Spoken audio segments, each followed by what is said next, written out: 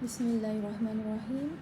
Rabbi syrah li sadri wa yassir li amri wahlul 'uqdatam min lisani yafqahu qawli. Boleh saya menunggu beberapa saat lagi? Assalamualaikum. Hari Ahad. So sebahagian negeri cuti. Kami di Johor sudah bekerja. Tapi di momentum cuti, kita ikut cuti kebangsaan Sabtu Ahad. Hai Shimi Tanjung, saya tengok nama anda. Thank you for watching.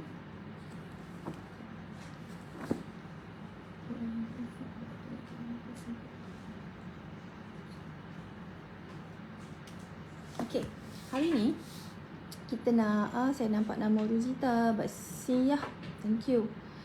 Thank you sudi nak tekan, nak tengok kan dia lalu kat wall dekat news korang kan. Najib Asaduk live. Bukan Najib Asaduk ya, wife dia live hari ni. Tajuk dia simple je. Rezeki orang berbuat baik, ataupun rezeki orang baik lah. Kita cakap pasal baik je. Hari ni yang baik-baik je. Tapi boleh tak saya nak tahu, korang komen lah. Komen dari mana. Saya dari Keluang. Saya kat Keluang. Saya kat rumah. Waalaikumsalam Stas Ima, thank you. Waalaikumsalam. Terima kasih banyak Syazia. Doakan saya cantik selalu. Amin. Siapa tak suka cantik kan? Macam mana semua orang nak jadi baik, semua orang pun nak cantik. Walaupun cantik tu subjektif. Masing-masing punya mata. Waalaikumsalam Aishi Azwani. Waalaikumsalam. That's why bila namanya cantik tu subjektif. Waalaikumsalam Nurul Ain Hafiqah. Bila orang kata kita cantik, alhamdulillah syukur. Bila orang kata tak cakap apa-apa ataupun perli-perli kita, mungkin kita ada masalah kulit dan sebagainya, kita pun bersyukur juga. Jangan terasa, sebab cantik itu subjektif. Normal, ada orang nampak kita cantik, ada orang nampak kita sebaliknya. It's okay. Kena ajar diri sendiri. Nak kata tak sentap, tipulah. Hai, Ain daripada Pengerang, sama negeri. Waalaikumsalam Zil. Waalaikumsalam Asri. Asma, waalaikumsalam. Wah, dari Penang. Penang apa khabar? Rindu Penang. Cik macam saya punya kampung pula. Tak, rindu asyik kandar Penang. Kan cantik tu subjektif, so terpulang kepada masing-masing. So tak payah kita ajar diri kita, dah mata dia nampak kita tak cantik, relax. Tak ada. Ada ke puan cakap Puan Izzah tak cantik? Tak, bukan. Saya teringat. Ada saya dengar cantik itu subjektif. Waalaikumsalam Aini. Waalaikumsalam Cikgu. Waalaikumsalam Cikgu Maftuzah. Okey.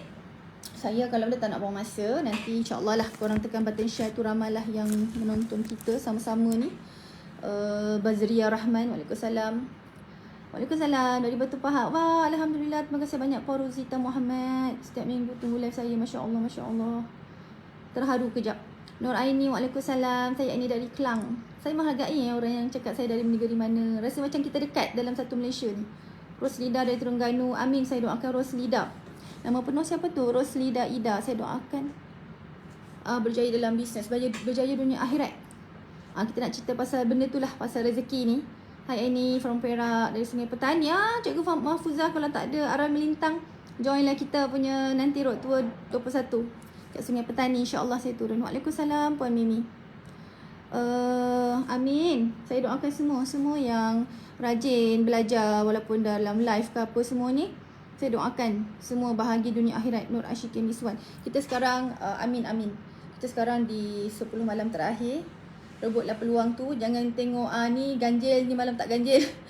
Ni malam tak ganjil tak apa, kita relax. Jangan macam tu. Sebab nak dapat rezeki dari Allah tu, kita pun kalau boleh tak nak Allah memilih-milih. Hamba ni aku tak nak bagi, hamba ni aku nak bagi.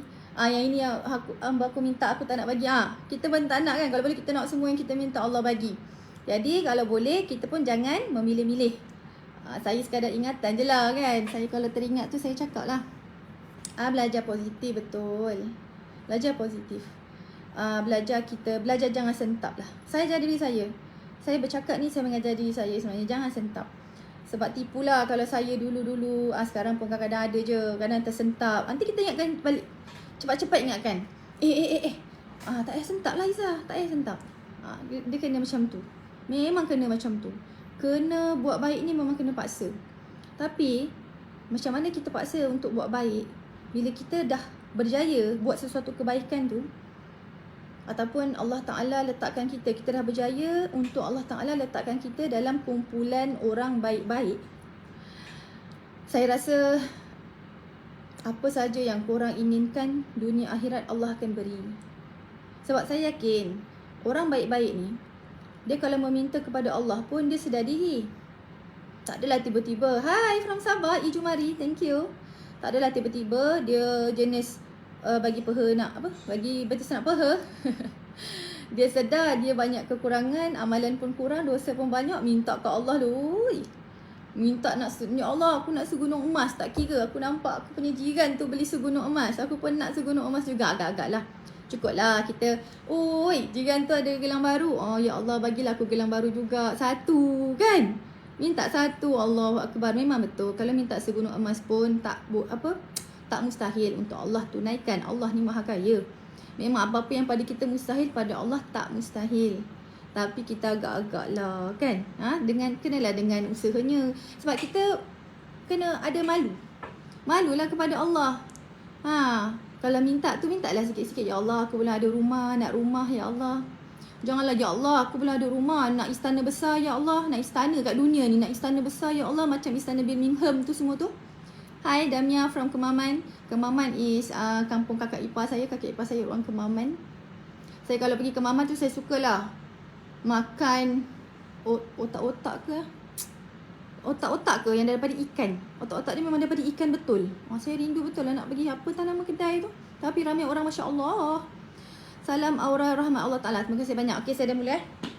Saya tengok-tengok juga. Kita hari ni cakap pasal baik, kebaikan, orang baik dan seumpamanya. Apakah yang dikatakan kebaikan dan orang baik, dan itulah. Kita tengoklah, kita nak bagi faham. Kita tengok dalam Al-Quran saja hakikat kebaikan. Boleh tengok surah Al-Baqarah. Surah Al-Baqarah ada cerita tentang apa yang dikatakan kebaikan. Saya sekadar berkongsi sahaja ya. Nanti kalau korang nak tahu dalam-dalam, boleh join kelas tafsir Quran, ataupun boleh bertanya sendiri untukkan kepastian. Kebaikan tu antaranya saya tengok, saya melihat-lihat isi Al-Quran ni. Banyak Allah terangkan sifat orang yang baik. Banyak sifat orang baik dalam Quran Allah terangkan. Tapi Allah mengulang-ulang apa ciri-ciri orang baik, ataupun apakah yang dinamakan seseorang itu telah berbuat kebaikan bila dia banyak memberi. Bila dia banyak memberi. Bila dia banyak bersedekah. Bila dia menyedekahkan ataupun memberi apa yang dia sayang, barang-barang yang dia sayang, harta benda yang dia sayang. Ataupun dia banyak infak. Infak macam-macam lah. Infak ni banyaklah kategori infak. Amal jariah infak, kita buat infak untuk tolong orang susah pun infak, bagi orang makan infak. Orang yang kelaparan kan kita bagi makan. Tak kira lah kita, Allah sebut ni, tak kira kita dalam kesempitan atau kelapangan, kita memberi tetap memberi, istiqamah dalam memberi. Itu adalah ciri-ciri orang yang baik. Infak juga dikatakan bila kita membantu dalam fi sabilillah. Fi sabilillah ni apa? Perbuatan-perbuatan di jalan Allah kan, perjuangan di jalan Allah. Fi sabilillah ni seperti menuntut ilmu, ataupun kita buat syiar Islam, menyebarkan Islam, dakwah Islam. Apa sajalah yang terlibat, yang terkait dengan fisabilillah ni, apa saja yang terkait dengan menyebarkan Islam. Contoh belajar, kita support sekolah tahfiz. Saya ada ni sedikit duit setiap bulan, saya perasan ni gaji saya akan ada lebihan beberapa ratus. Saya ingat saya nak sisihkanlah RM100 untuk saya sedekah kepada sekolah tahfiz ni setiap bulan, boleh. Fisabilillah. Orang kita menaja anak-anak yang susah, tetapi mereka nak belajar tahfiz ataupun mereka nak belajar agama. So kita taja sekolah tu kan. Bermula dengan sikit lah, RM10 pun boleh. Kan Allah kadang-kadang dia tahu keadaan kita. Dia tak tengok pun nilai tu. Kalau dia dah tahu kita ni susah, tapi dia tengok apa Allah Ta'ala usaha kita nak memberi juga. Hamba aku ni nak beri saja walaupun dia pun tak ada banyak. Orang macam tu yang Allah pandang. Orang macam tu yang Allah kata orang baik. Bila orang baik ni rezeki dia. Waalaikumsalam Zaimah. rezeki dia tu akan bertambah-tambah. Dalam Al-Quran sebut apa ciri-ciri orang baik? Ialah, saya ulang balik siapa yang baru masuk, ialah orang yang banyak ciri-ciri orang baik dalam Al-Quran. Tetapi antaranya yang Allah suka ulang-ulang ialah orang-orang yang suka infak di jalan Allah, memberikan, membelanjakan sebahagian rezeki yang Allah kurniakan kepada kita, kepada orang-orang yang tertentulah. Lebih-lebih lagi apa? Allah sebut kaum kerabat. Utamakan kaum kerabat dulu. Tengok kita punya ibu bapa, tengok kita punya, yang ini adalah, saya tak sebut pasal nafkah Nafkah seorang suami adalah kepada isterinya, kepada anak-anaknya. Okey? Tetapi jika ada lebihan, itulah kita boleh infak, boleh sedekah, boleh hadiah, boleh beri sumbangan, boleh jaga kebajikan, boleh membelanjakan harta kita kepada apa? Kaum kerabat, ibu bapa kita, adik-beradik kita, anak-anak saudara kita, ipar duai kita pun boleh, kaum kerabat. Kemudian apa? Makcik, pakcik kita, adik-beradik belah mak, adik-beradik belah ayah, kaum kerabat. Kemudian apa? Lepas kaum kerabat, orang-orang susah, orang fakir miskin, termasuk juga orang yang berhutang. Jika kita tahu orang tu berhutang, dah teruk sangat dah, jenis dah macam orang kata dah buntu lah orangnya, macam dah nak kena pukul dengan along tu semua kan, kita boleh bantu. Ana, saya ada sedikit rezeki ni, ambil lah, bayarlah hutang, sekadar keperluan lah. Maksudnya kita jangan bunga lah. Maksudnya kalau dengan buatlah perjanjian, kalau mampu bayarlah kan, sebagai kita menghormati, sebagai kita menyantuni orang yang memberi hutang kepada kita. Kita kena niat, nak bayar, aku senang, aku nak bayar. Senang tak senang ke tak senang, itu Allah punya kerja. Niat kita tu, bila orang beri kita hutang, kita bersungguh-sungguh bertekad nak bayar kan. Lepas tu orang yang memberi, orang yang lebih ni, dia menolong orang membayarkan hutang orang, itu infak antaranya termasuk. Kemudian apa lagi? Orang yang fisabilillah tadi yang saya sebut tu, orang nak belajar, nak menuntut ilmu, boleh sedekah ataupun surau. Surau kan tempat menyebarkan Islam, tempat belajar juga kat surau kan. Kita masuk dalam tabung masjid, mulakan dengan masuk tabung masjid. Istiqamah memberi, betul Wan Nur Hidayah, Wan Fauzi. Kalau apa-apa kita buat, Allah paling pandang istiqamah, walaupun sedikit kan. Bila kita tahajud tu kan, kita boleh buat 2 rakaat, 4 rakaat, 6 rakaat, berapa banyak. Tapi lagi Allah pandang jika kita memang masa tu mampu hari-hari 2 rakaat, tapi hari-hari tak pernah kita tinggal. Dan Allah pun tahu, dia akan kejutkan kita punya. Dia tahu kita ni hamba dia yang kalau dia kejut je, kita bangun. Jadi Allah akan kejut setiap hari. Allah kesian kat kita kan. Siapa pernah rasa ngantuk sangat, tidur pun kurang lah, tidur pukul 1:30 pagi lah mungkin, siapa ada anak kecil kan. Tapi dia ni jenis yang jaga tahajud kan. Dia ni jenis yang tak boleh tak tahajud, kena tahajud juga. Jadi dia ngantuk macam mana pun, Allah akan bangunkan dia. Allah akan bagi cukup masa sebelum subuh, sebelum azan tu. Tahajud kan kena sebelum azan subuh. Kena ingatlah, jangan lupa, tahajud kena sebelum azan subuh.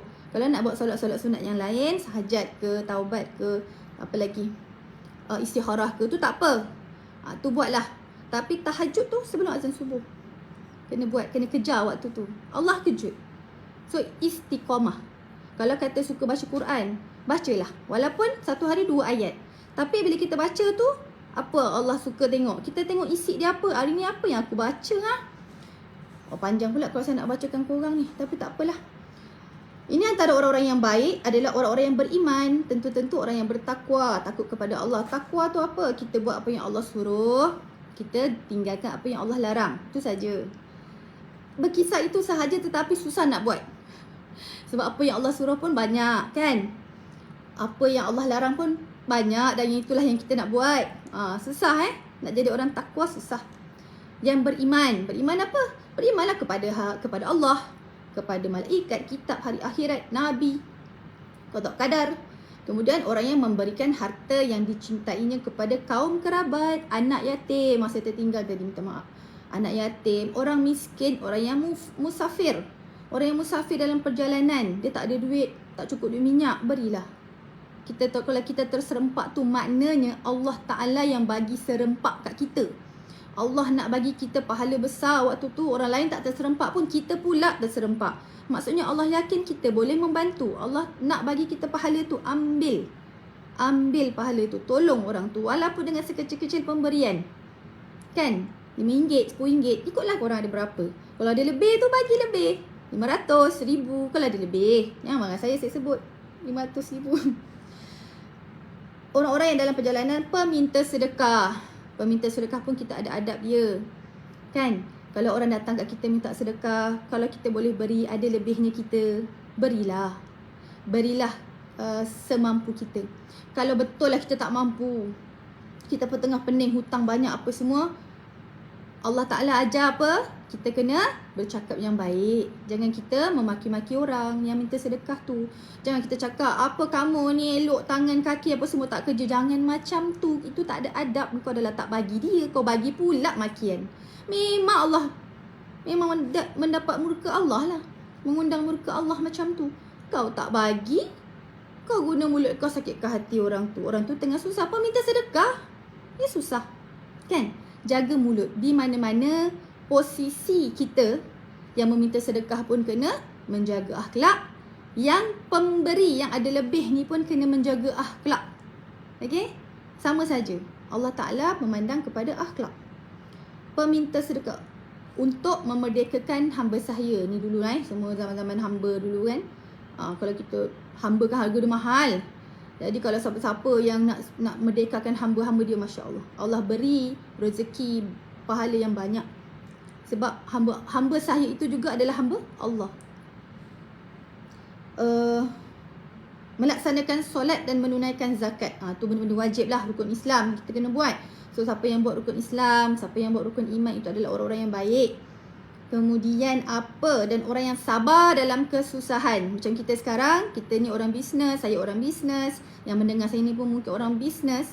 Mungkin kita sedang diuji dengan fasa penurunan, fasa kekurangan duit, fasa tim lari. Jangan, momentum ada tak? Tak ada, bukan. Yang saya cakap ni kita umum. Sebab kita pun cikgu kan. So kita adalah cikgu usahawan. Jadi usahawan ni sama ada kita ke usahawan lain ke, sama je masalahnya, berkisar kat situ juga. Masalah tim, masalah apa lagi, masalah leader, masalah diri sendiri, masalah modal, masalah duit, masalah masa, semua sama je. Okay? So kita kena sabar. Sebab yang izinkan kesusahan itu berlaku adalah Allah Ta'ala juga. Dan Allah Ta'ala menghendaki kita bersabar. Kerana bila bersabar, ingat tak? Pahala bersabar tidak ada sekatan. Maksudnya pahala dia ni Allah Ta'ala tentukan. Orang yang sabar ni, kalau Allah dah pandang, dia ni hamba aku yang sabar, pahala dia tak payah. Dia tak ada kira-kira tentang pahala orang bersabar. Setiap bulan Allah nak bagi, ambil lah syurga. Kan, pahala orang bersabar. Tapi nak sabar tu susah lah. Nak sabar tu. Apa lagi? Orang yang sabar dengan kesusahan, penderitaan dan ketika peperangan. Saya nak kita semua sedekah Al-Fatihah, doa ni 10 malam terakhir ni. 10 hari terakhir, pagi siang lah, siang malam doa kepada saudara kita di Palestin, di negara-negara lain, saudara mara kita, saudara se-Islam kita yang dekat sekarang ni, diorang diganggu teruk lah. Dalam masjid tu saya tengok tangan semua berikat, Masya Allah. Kan? Diorang ni cukup sabar je, Allah Ta'ala berilah. Kan? Macam mana? Dah tengah berikat, kena tangkap pula nak semayang, tapi diorang ni kuat semangat. Allah Ta'ala menguji kepada yang mampu. Kan? Mereka itulah orang yang benar dan mereka itulah orang-orang yang bertakwa. Yang saya cerita tadilah. Dan banyak lagi yang korang boleh check dalam Al-Quran ni. Apakah ciri-ciri orang yang baik? Jadi kalau korang nak jadi baik atau nak faham orang baik tu macam mana, korang boleh check Al-Quran. Sebab dalam Al-Quran ni banyak sangat. Banyak. Antaranya yang saya suka ayat apa tadi Sebelum saya ni bagilah, ni pengenalan dulu nak bagi faham. 92. Ayat 92 surah Al-Imran. Apa Allah kata? Kamu tidak akan memperoleh kebaikan sebelum kamu mendermakan sebahagian daripada harta yang kamu cintai. Dan apa-apa jua yang kamu dermakan, sesungguhnya Allah Maha mengetahui. Okay, sadaqallahul azim. Itu saja. Saya share serba sedikit lah apa itu, macam mana nak baik. Tapi saya nak cerita pesan macam ni. Rezeki orang baik. Rezeki orang baik. Kadang-kadang rezeki tu ada di tangan orang lain. Mungkin contoh saya kan, dekat sikit nampak tak saya? Contoh saya ada lebihan duit kan. Saya nak bayar zakat. Jadi saya telah pegang duit zakat. Duit zakat tu wajib lah. Betul tak? Saya kena bagi. Maksudnya tu bukan duit saya. Duit zakat bukan duit saya. Duit zakat sebab zakat tu wajib. Okay, cukup haul. Zakat simpanan kita cukup haul. Beli emas kita cukup haul. Haul apa? Haul tu kiraan dia. Haul tu macam kalau beli emas cukup tempoh setahun. Lebih berapa gram ikut negeri. Kan? Kena zakat. Cukup haul. So, duit tu pada saya. Jadi, Allah dah tentukan. Allah dah tahu dah. Duit zakat saya tu nak pergi kepada siapa. Allah dah tahu. Kan? Tentulah Allah pilih kepada, contoh ada si Anu ni. Kenapa dalam banyak-banyak si Anu? Si Anu yang susah juga. Semua orang susah ni ramai ni. Orang tak cukup makan ramai. Orang miskin ramai. Orang fakir ramai. Kan? Kaum kerabat yang susah pun ramai. Tapi, pernah terfikir tak? Macam mana dalam ramai-ramai ni, orang ini dapat duit zakat kita. Kita memegang duit rezeki dia. Kita pegang sebab Allah bagi kat kita perantara. Kan? Tapi dapat ke dia. So pernah fikir tak kenapa ada orang yang Allah lebihkan rezekinya? Kenapa di kalangan orang susah? Contohlah, pernah dengar tak? Asyik dia je dapat. Asyik dia je dapat bantuan. Asyik-asyik kalau ada bantuan sampai kat dia je. Kan? Pernah tak perasan orang-orang keliling kampung ke, sekitar taman ke, kalau kita tahu ada yang susah kan? Asyik dia je. Tapi kita pernah fikir tak kenapa asyik dia je? Siapa yang tentukan?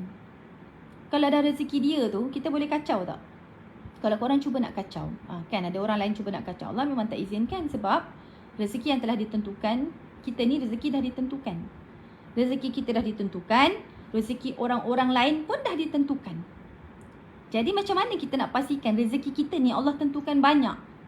Banyak, berkah. Asyik kita je dapat. Kan? Allah bagi macam tu, tak kira lah perantara siapa. Suka saya nak ingatkan segala harta kita, segala nikmat kita, segala rezeki yang Allah bagi kepada kita, itu kita ni amanah. Kita ni penjaga amanah, nampak tak? Nampak tak bila kita cakap pasal harta benda ni, dia berat. Dia bukan harta benda untuk kita, wah nikmati, wah shopping, wah. Macam semalam saya cerita pasal shopping. Bukan sekadar shopping je. Bukan kita boleh memunya, kita boleh simpan semua. Kan? Ada keluar zakat, sudahlah. 2.5% je zakat. Contoh kita ada simpanan 100,000. 2.5% berapa sahaja 2,500. Adalah, banyaklah tu. Dah bayar zakat dah. Oh, senang betul. Bukan macam tu tau. Kita nampak tak tadi Allah kata, membelanjakan sebahagian rezeki yang kita sayang kepada orang. Itulah dia. Sebab kita pemegang amanah. Kita kena selalu ingat. Sebab itu nak kata, kalau kata kawan-kawan saya, aku nak kaya lah, aku nak jutawan macam kau. Dalam hati saya senyum, saya doakan. Dalam hati saya cakap, kalau kau tahu, beratnya tanggungjawab. Pegang harta. Beratnya tanggungjawab, Allah pilih kita orang yang memegang harta benda yang lebih. Beratnya tanggungjawab, Allahumma salli ala sayyidina Muhammad. Thank you Nona ingatkan. Beratnya tanggungjawab, Allah beri kita tanggungjawab menjadi ketua. Beratnya kalau lah dia ni tahu beratnya tanggungjawab tu, mesti dia tak nak.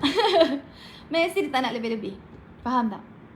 Sebab tanggungjawab kita pegang apa-apa di dunia ini, semuanya ada tanggungjawab. Itu adalah amanah. Sebab semua benda Allah punya. So kalau Allah punya, macam kita lah contoh. Kita bagi, ni aku ada 1 kilo emas. Tolong simpankan. Orang yang menyimpan tu, dia penjaga amanah. Dia punya ke 1 kilo emas tu? Bukan dia punya. Dia tolong simpan je. Sama macam kita. Harta benda kat dunia ni bukan kita punya.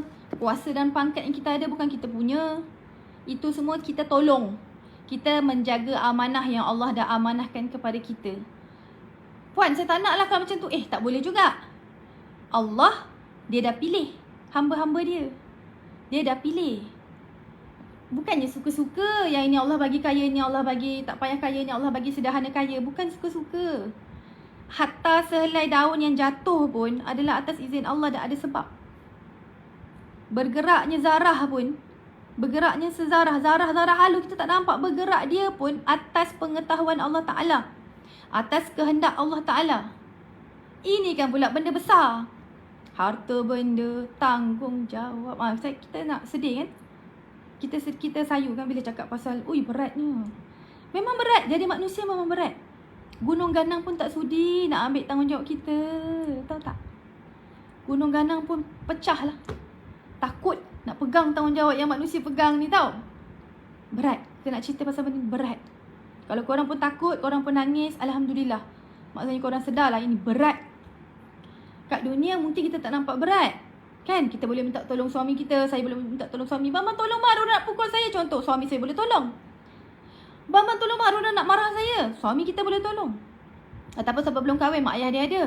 Adik-beradik dia ada, adik-beradik lelaki dia. Boleh minta tolong ramai orang. Kalau kita kata kat perantauan dengan kawan-kawan, kawan-kawan boleh tolong. Tapi tuan-puan yang Allah sayang, dekat pada mahsyar nanti, tak ada siapa boleh tolong kita. Takut kan? Yang boleh tolong kita hanyalah dua dekat pada mahsyar nanti. Pertama, rahmat Allah Ta'ala. Okay? Pertama, rahmat Allah Ta'ala. Kita masuk syurga pun atas rahmat Allah. Kita selamat daripada api neraka pun atas rahmat Allah. Kedua apa? Kedua, syafaat. Syafaat daripada hamba-hamba Allah yang terpilih. Syafaat terutama yang kita tahu, yang kita kenal. Saya yakin orang yang tengok saya ni pun orang yang dekat dengan Allah. Dia tahu banyak ilmu tentang alam akhirat. So syafaat yang paling kita perlukan ialah syafaat Rasulullah SAW. Itu pun kalau Rasulullah kenal kita. Kalau kita cukuplah mengikut sunnahnya, memegang hadisnya, berselawat selalu ke atas baginda. Dan kalau ambil peluang ni, saya nak bagi satu rahsia. Kalau jumpa atau terdengar orang pergi umrah atau orang pergi haji, maksudnya orang melawat Mekah dan Madinah, jangan korang terlepas satu rahsia besar ni.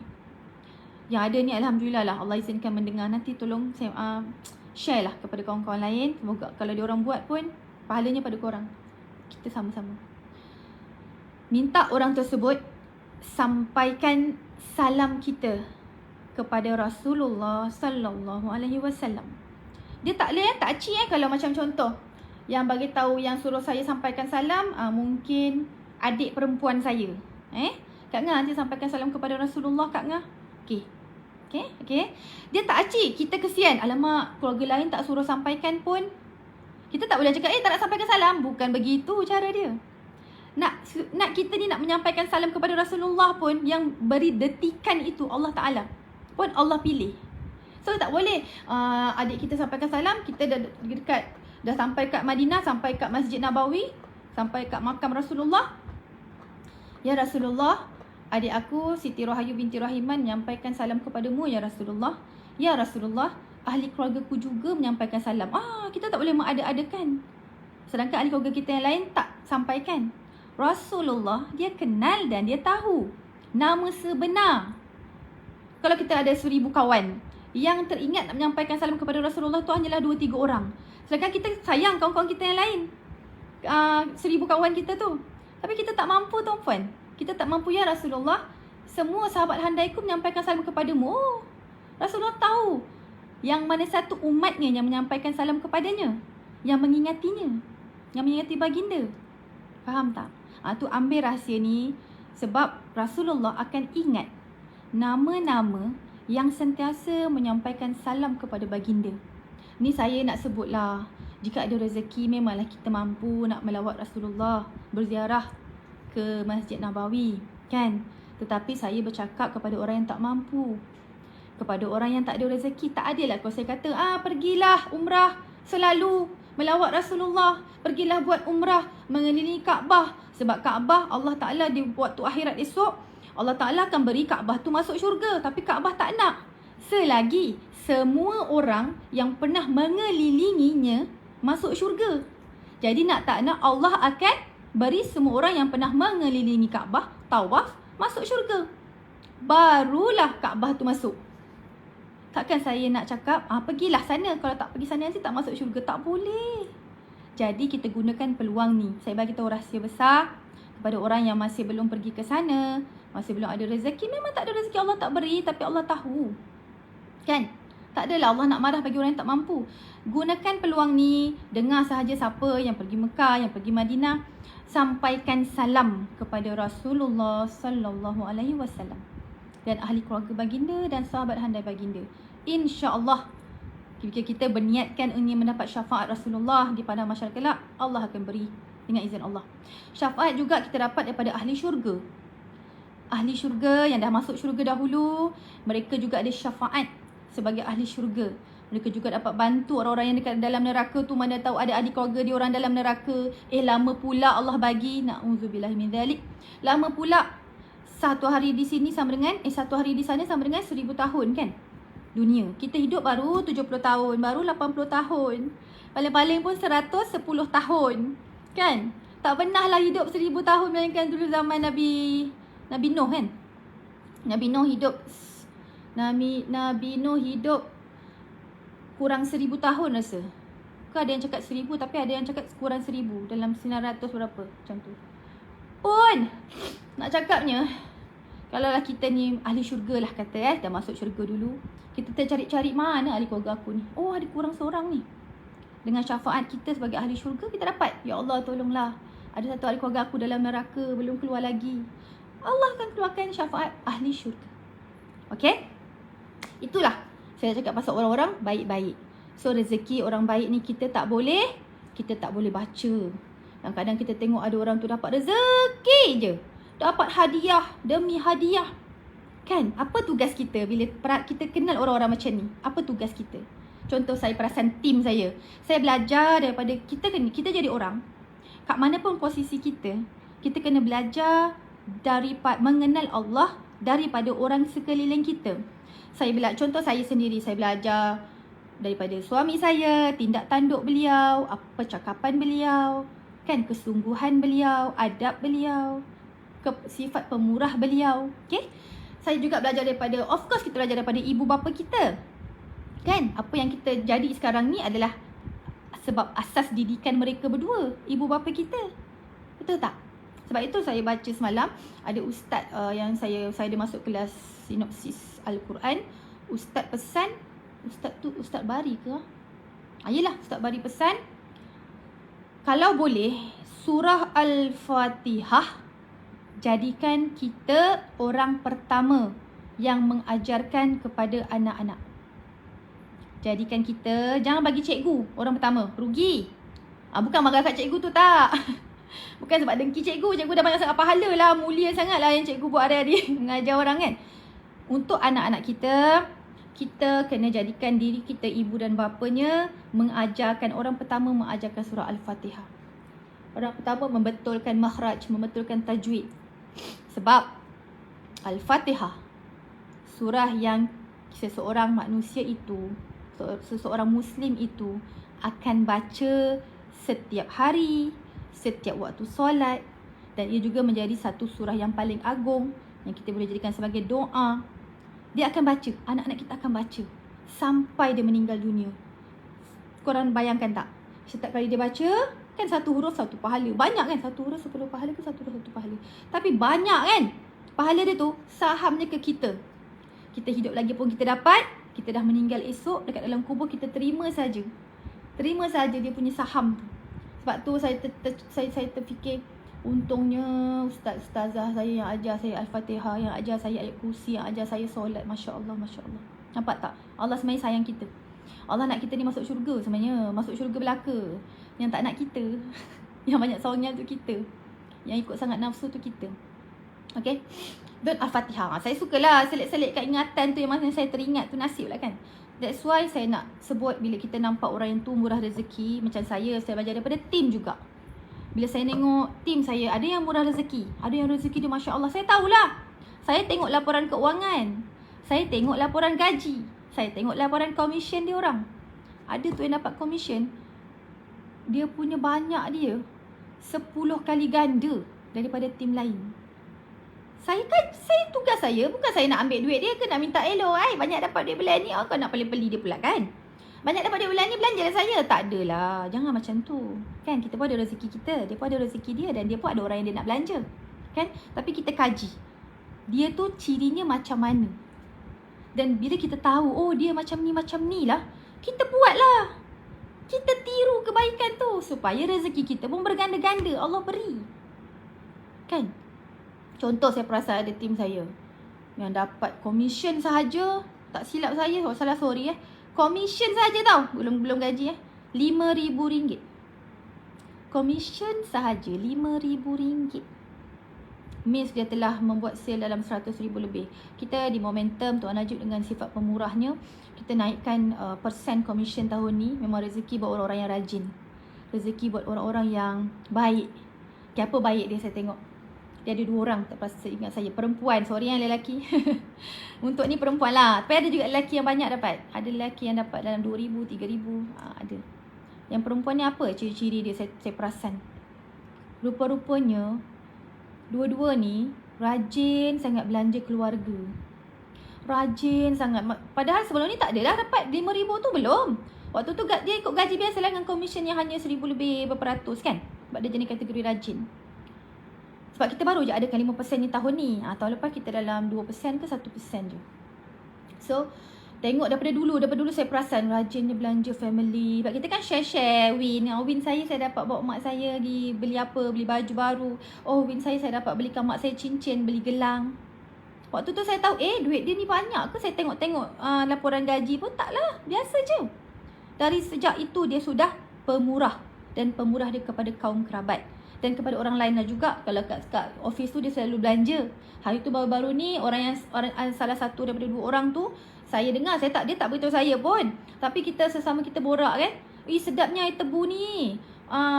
Rasa pun tak manis. Kita mana suka orang yang manis sangat. Tapi berasa air tebunya, lega tekak. Minum bercawan-cawan. Saya lah masa tu. Rupa-rupanya dah minum bercawan-cawan, baru saya tahu.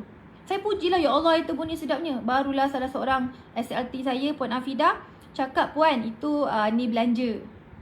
Nama dia Wawa. Cikgu Wawa.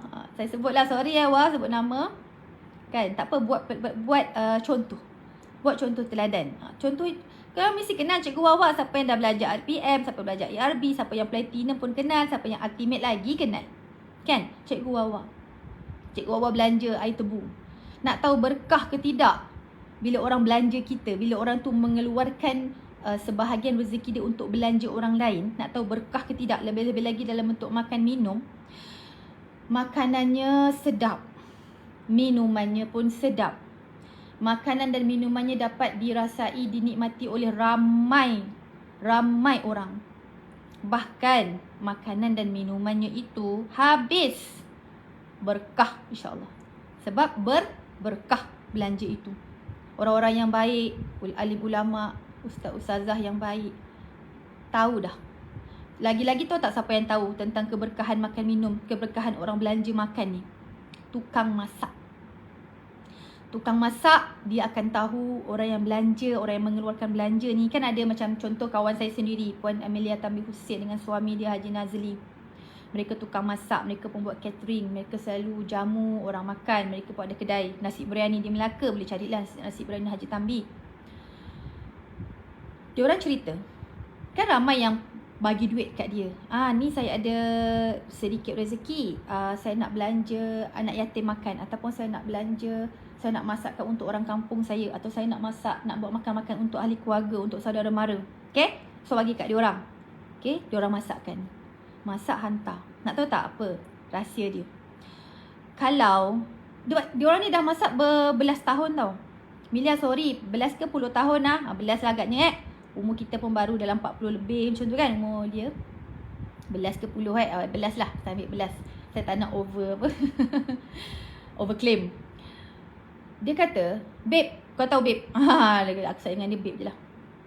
Babe, aku babe masak dah lama babe. Kau tahu tak babe, macam mana aku tahu penderma ni dia betul-betul berkah ke tidak? Dia derma tu memang bersungguh-sungguh ke tidak? Dia derma tu memang kerana Allah ke kerana nak menunjuk-nunjuk? Aku tahu babe, macam mana babe? Kau tereno babe. Bahaya babe, kau tahu kau teka-teka macam ni babe. Saya risau. Tapi dia kata pengalaman aku babe. Apa pengalaman dia? Bila dia masak, lauk yang dia masak tu mudah untuk dimasak. Mudah empuk kalau masak kambing ke, masak daging lembu ke. Sedap pula tu rasa dia. Ingat tukang masak semua sama masakannya hari-hari, kan? Semua kan izin Allah juga. Sedap masakannya. Tahulah diorang, orang yang menyedekahkan ni, orang yang betul-betul Allah sayang, orang yang berkah, orang yang ikhlas. Tapi orang tu tahu ke tak tahu? Tukang masak, dia orang tak adalah beritahu, ikhlasnya awak tak. Tapi diorang tahu. Kadang-kadang bila diorang masak, makanannya susah nak empuk, berjam-jam tak masak-masak. Serba-serbinya susah payah, menyusahkan. Sampailah terkeluar dari mulut diorang, siapa yang siapa yang keluar duit ni? Nak belanja orang makan ni, siapa ni? Siapa owner dia? Saya kata, betul ke babe? Betul. Jadi kita tahu, dia tanya pekerja lah, puan ni, yang ni. Dia memang susah puan, menyusahkan, banyak songel, banyak ragam. Nak itu, nak ini, duit tak nak keluar banyak. Nampak? Bila kita nak memberi pun, jangan kita memberi dengan rugi. Kita dah keluar duit ni, tapi dapat rugi pula. Apa rugi? Dapat murka Allah. Sebab bila kita beri tu, bukan niatnya kerana Allah. Bila kita beri tu, kita nak menunjuk-nunjuk kepada orang, hey, saya ni pemberi terhormat tau. Hati kita, Allah yang tahu. Orang tak tahu, tapi tukang masak, dia dapat rasa melalui hasil kerja dia tu.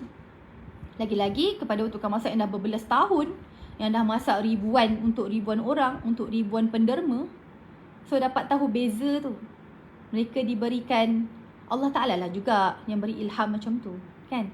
Ikut kepakaran masing-masing. Okay, apa tadi? Saya rasa saya pun dah bercakap lama. Saya rasa ramai dah dapat apa yang saya nak kongsikan hari ni.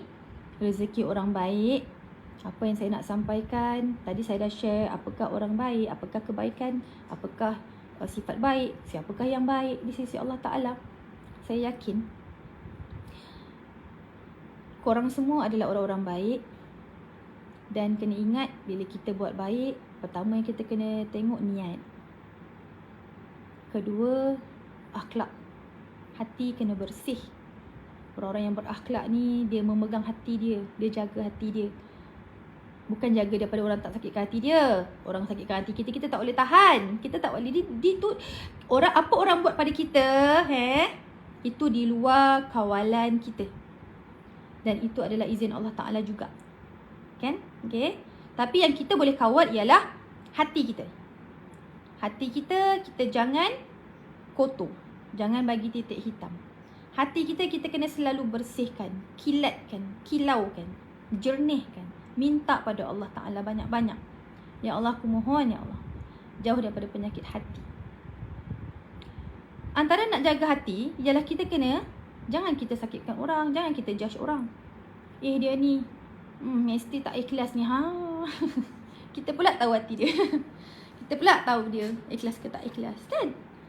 Kita jangan memandang rendah orang lain. Sebab boleh jadi golongan atau orang yang kita pandang rendah itu lebih baik daripada kita. Mungkin tak nampak lebih baik dari sudut harta benda. Mungkin tak nampak lebih baik dari kita dari sudut pengetahuan. Mungkin tak nampak lebih baik daripada kita dari sudut kecantikan, kebijaksanaan, kan? Mungkin derma kita lagi banyak, kan? Mungkinlah, Tetapi boleh jadi orang yang kita kata tu, orang yang kita rendah tu, rendahkan tu, orang yang kita memandang rendah tu, lebih baik dari sudut hatinya. Hatinya jauh lebih bersih daripada hati kita. Kadang-kadang kita tengok, kadang-kadang ada juga yang kita tak nampak, kenapa dia ni hidup susah aja ni, niaga-niaga tak untung-untung. Tuan-puan, kadang-kadang saya nak cerita satu last but not least. Ustaz Irwan baru-baru ni datang ke majlis maulid kami, mengendalikan maulid. Beliau suka memberi tazkirah yang pendek tetapi sangat dalam dan deep. Ambillah tazkirah ni, saya share untuk korang yang saya sayang kerana Allah. Doa Allah dah janji dalam Al-Quran. Bila Allah dah janji, tiada janji Allah yang Allah mungkiri. Okay, kalau orang boleh jadi dia mungkir janji. Kalau Allah Ta'ala, Allah tak akan mungkir janji. Janji Allah, berdoalah, pasti aku akan kabulkan. Itu janji Allah. Tapi Puan Izzah, saya dah ada doa. Banyak saya doa, Allah belum makbulkan Puan Izzah. Okay, mari saya cerita. Pengabulan doa oleh Allah Ta'ala ada 3 jenis. Terima kasih banyak Rusla Masyur, hadiahkan saya 50 star, berkah. Ada 3 jenis. Okay, Allah dah janji, doalah aku kabulkan. Kabul yang macam mana dan apa maksud kabul? Semoga-moga bila korang tahu benda ni, korang akan rajin berdoa. Banyak berdoa. Pantang ada masa free sikit doa. Ya Allah, itu aku sebab doa tak perlu ngadap kiblat. Kan? Doa hanya perlu tadah tangan sebab kiblat doa ialah langit. Bab kata Tuan Guru Syekh Zainul Asri. Boleh cek balik lah. Okay? So doa lah kat mana-mana pun. Doa hanyalah boleh sekadar Al-Fatihah. Kerana Al-Fatihah adalah surah teragung dalam Quran. Okay? Pertama. Saya terlupa. 3 maksud Allah mengabulkan doa. Pertama, kita minta A, Allah bagi A. Kita minta doa, kita mintalah 101 impian kita tulis. Kan? Kan ada kan? Kita rajin menulis, ya Allah aku nak rumah, ya Allah rumah aku nak macam-macam ni, ya Allah aku nak kabinet dapur color ni. Ya, kalau perempuan lah, perempuan saya kan perempuan.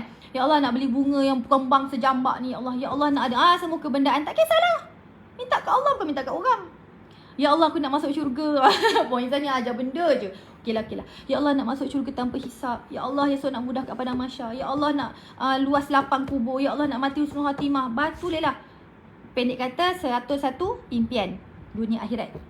Kita doa pada Allah. Ya Allah, aku ada 101 impian ni ya Allah. Allah tak Maha mengetahui. Mohonlah kabulkan segala permintaanku ini ya Allah. Kan? Tetapi kadang-kadang Allah bagi daripada 101 tu, Allah makbulkan 1 je. Ya Allah, kenapa baru 1 je kau kabulkan? Okay? Sebab yang pertama, bila kita minta, Allah kabulkan. Kadang-kadang ada orang, pernah tahu kawan-kawan dia share, aku kan pergi keluar Dr. Aziz dan Dr. Aziz suruh tulis tau, suruh tampal-tampal tau, kita nak apa. Saya pernah buat benda tu. Okay, keluarkan manila card semua. Okay, bawa majalah, guntinglah apa yang awak nak semua. Nak jam tangan ke, nak apa, nak rumah besar ke, nak ada kolam ke, apa kan. Nak ada kabinet ke.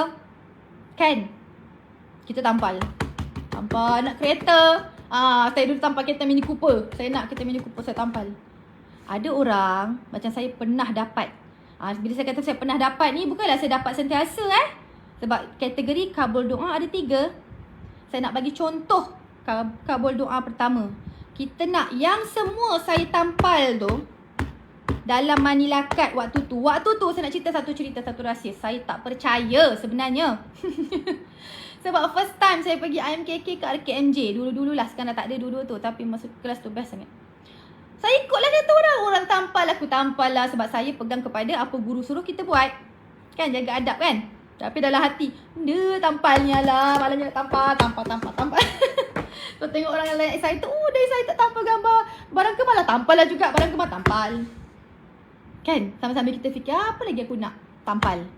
Semua yang saya tampal tu, Allah dah makbulkan. Itu kategori kita doa, Allah makbulkan satu persatu. Okay. Kategori kedua. Dah tulis? Tulislah, terlupa. Saya pun tulis nota sebab saya ingat. Kategori kedua, Allah simpan doa kita. Allah kabulkan. Tetapi bukanlah jam-jam tu. Bukanlah dalam masa setahun, 2 tahun. Kadang-kadang Allah simpan sampai kita tua esok. Dah tua baru dapat. Contohlah aku teringin, ya Allah, nak pergi Mekah naik jet peribadi. Mana datang jet peribadi? Mahal-mahal tu. Kan? Tapi kita dah doa. Allah kabulkan, mungkin umur kita 60 esok tak larat. Tak larat nak beratur kat lapangan terbang, kat airport tunggu berjam-jam kan? Dapat pula rezeki orang ajar. Nak tak kita ada jet peribadi ni je. Kawan-kawan kita jutawan semua kan? Nak tak kita baru beli jet peribadi ni, malah naik. Umur 60 dapat naik jet peribadi pergi Mekah, buat haji, buat umrah. Kan? Lamanya doa dari sekarang. Doa dari umur 39. Contoh, saya bagi contoh, jangan marah. Puan Izzah ni kalau sekali cakap jet peribadi melampau betul. Janganlah, saya bagi contoh. Nak bagi contoh yang agak mustahil sikit lah. Jet peribadi. Sebab kena ingat, pada kita mustahil, pada Allah tiada yang mustahil. Okay? So Allah simpan sampai umur kita sampai tua esok baru dapat. Tetapi kadang-kadang Allah tak simpan di dunia. Allah simpan untuk kita di yaumil mahsyar kelak. Allah simpan doa yang kita dah doa kat dunia ni, yang Allah belum kabulkan lagi kat dunia ni, Allah simpan ketika kita di padang mahsyar kelak. Yang waktu itu kita tak ada sebarang pertolongan langsung. Dan waktu itu semua orang dalam ketakutan untuk ditimbang amalnya, sama ada cukup atau tidak. sama ada ke syurga atau ke neraka. Waktu itulah Allah gunakan doa kita yang kat dunia ni, Allah tolong cover kat sana. Kan? Yang pada waktu itu hanya 2 saja tadi saya sebut apa yang menyelamatkan kita? Rahmat Allah dan syafaat. Waktu tu rupa-rupanya kita banyak doa yang tak kabul kat dunia ni. Allah semua bawa ke padang mahsyar. Punyalah Allah Maha Pengasih, Maha Penyayang. Kita je tak tahu nak kasih ke Allah. Lalu lupa ke Allah. Pantang senang sikit dah lupa ke Allah. Kan? Nak selit sikit. Pantang lelaki ni banyak harta sikit dah lain pula perangai. Contoh. Orang Izzah ada je. Okay lah, gurau. Lelaki jangan marah. Okay? Di padang mahsyar Allah simpan doa tu. Okay? So, suka tak? Saya rasa korang mesti akan pilih nombor 2 kan? Tak apalah Puan Izzah, tak payah makbul kalau dekat dunia ni. Saya nak mudah kat padang mahsyar esok. Sebab padang mahsyar esok, kalau Allah bagi mudah, bagi rahmat, syurga. Syurga, korang siapa tak nak syurga? Siapa tak nak syurga yang kekal abadi tu? Berbanding kesenangan kat dunia dalam 80 tahun je paling-paling pun. 80-90 tahun. Kan semua orang nak umur panjang kan? 80, 90, 100 tahun. Kan? Setakat tu saja. Kalau kita minta senang, Allah kabulkan. Senang setakat tu saja. Contoh saya minta dapur. Dapat kabinet dapur. Dah rosak dah. Dah mula terkakis. Nampak tak? So kalau orang tanya kita, kalau saya tanya korang nak yang pertama ke yang kedua? Kalau saya jujur, saya kata saya nak yang kedua. Saya lebih memilih yang kedua sebab saya tak tahu nasib saya di padang mahsyar kelak. Okay? Tapi terpulang pada Allah. Allah nak bagi kita yang mana? Allah nak kabulkan terus ke? Allah nak kabulkan, nak simpan doa kita tu. Yang ketiga, siapa nak tahu? Korang kan like tak ada, love tak ada, apa lagi? Komen pun tak ada. Saya tengok semua watching aja kan kerja korang. Korang okey tak ni? Korang korang macam Puan Izzah ni tak ada benda lain nak cakap. Tapi saya cakap benda penting ni tau. Simpan buat nota. Yang ketiga, Allah tak beri kita yang pertama, yang kedua. Terima kasih banyak.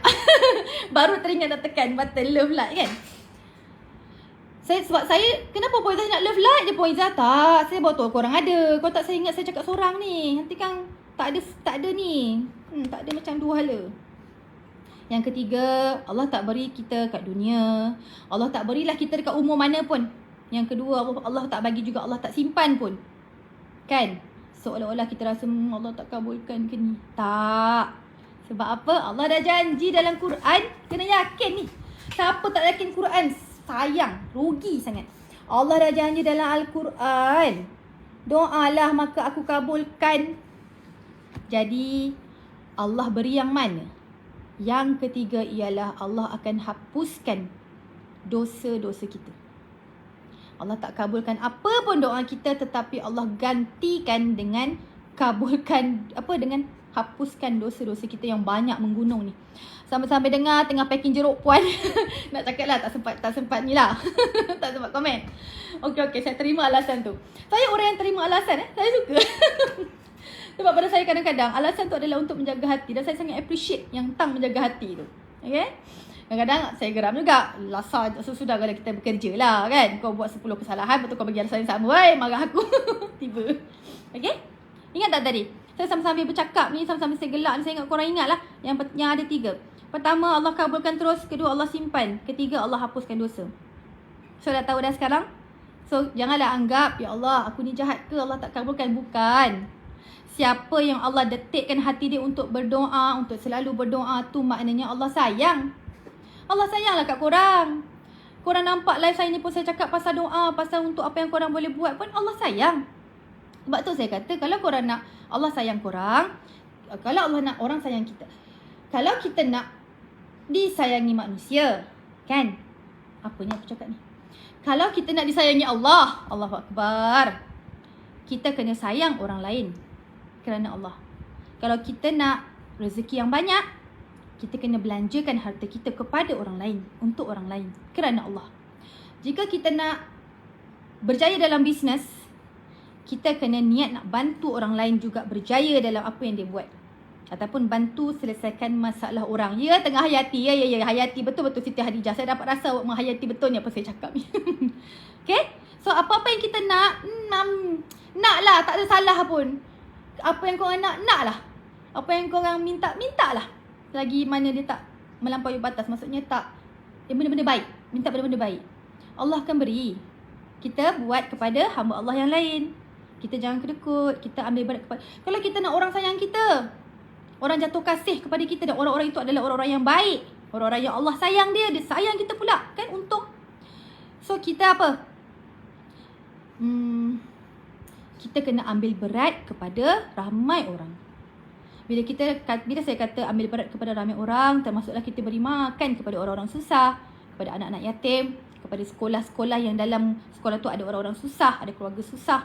Dan kita tak perlulah fikir, ni nak ambil gambar, ni nak post, ni tak payahlah. Tak payah fikirkan itu, penat nanti. Penat semua benda, kita nak ambil gambar semua benda, nak post semua benda, ni nak buat kenangan, tak payah. Jika kita boleh memberi dengan senyap, maka sembunyikanlah. Tetapi Allah juga izinkan, kalau kita boleh menjaga hati daripada riak, daripada takabur, daripada rasa hebat, bolehlah bagi tahu sebagai inspirasi kepada orang. Kerana kalau orang-orang baik follow apa yang kita buat, kita pun dapat saham. Okay, so dua-dua boleh. So kita yang tengok ni orang share apa dia baik, apa orang buat baik, kita berlapang dada. Oh, dia ni mungkin nak jadi contoh yang baik. Mungkin dia akan dapat pahala yang banyak sebagai orang yang menjadi contoh teladan. Okay, itu saja. Tadi kan saya kata last but not least, so memang last lah ni. Jaga diri semua. Saya doakan semua ni yang minta Muhaimin Fauzi. Saya doakan semua sekali yang mendengar, yang melihat sekarang ataupun akan datang. Tak kiralah saya masih hidup lagi ke, saya dah meninggal dunia ke. Saya yakin video saya ni akan berkekalan dengan izin Allah. Kalau orang nak cari ilmu kan, anak-anak muda nanti kan, yang sekarang ni mungkin umur dia 5 tahun, 6 tahun, bayi-bayi anak kita. Mungkin nanti dia dah besar, dia nak ilmu-ilmu yang santai kan, yang diorang boleh amalkan. Dia tengok saya punya live ni, korang akan dapat pahalanya sama. Saya berdoa kepada Allah, apa saja saya dapat, korang dapat juga. Okay, kita sama. Dan saya berdoa kepada Allah, kita akan bertemu nanti, kita akan bertegur sapa di alam barzah kelak, di padang mahsyar kelak, di dalam syurga kelak. So kita jumpa di dunia ini dalam keadaan baik, dalam keadaan kita bercakap-cakap tentang mengingati Allah, tentang amal ibadah. Cicak bunyi betul dia kata. Dia pun berdoa. Kan? Allah Ta'ala kumpulkan kita dekat sana esok. So tolonglah hari ni jangan lupa sedekah. RM1 pun boleh. Kan? Moga-moga ilmu ni bermanfaat, dan bila korang buat ia lebih bermanfaat. Terima kasih banyak. Sama-sama semua yang cakap terima kasih kat saya. Thank you, love and light. Assalamualaikum warahmatullahi wabarakatuh.